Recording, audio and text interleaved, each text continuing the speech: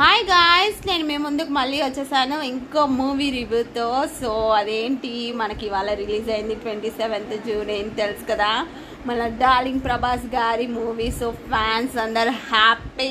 So ఇవాళ ప్రభాస్ గారి movie కల్కి 2898 AD రిలీజ్ అయింది.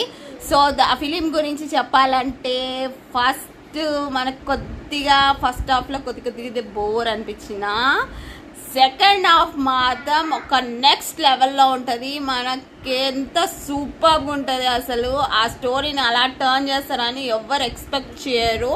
సో ఇప్పటి వరకు వచ్చిన ఫిలిమ్స్లలో అలా ఎవ్వరు చూపించలేదు. ఇంకా విజువల్స్ అయితే నెక్స్ట్ లెవెల్లో ఉన్నాయి. విజువల్స్ అయితే ఎక్కడ అంటే ఒక 7-8 విజువల్స్ ఉన్నాయి. అక్కడైతే గూస్ బంప్స్ వచ్చినట్టే అనిపించింది. సూపర్గా ఉన్నాయి.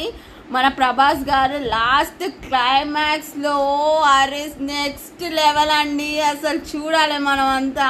ప్రభాస్ గారు డార్లింగ్ ఫ్యాన్స్ అందరూ హ్యాపీ వేసుకోండి చూసేసి. సో మనకి నెక్స్ట్ వచ్చిన లాస్ట్ 10 minutesలో మన ప్రభాస్ గారు సూపర్ యాక్టింగ్.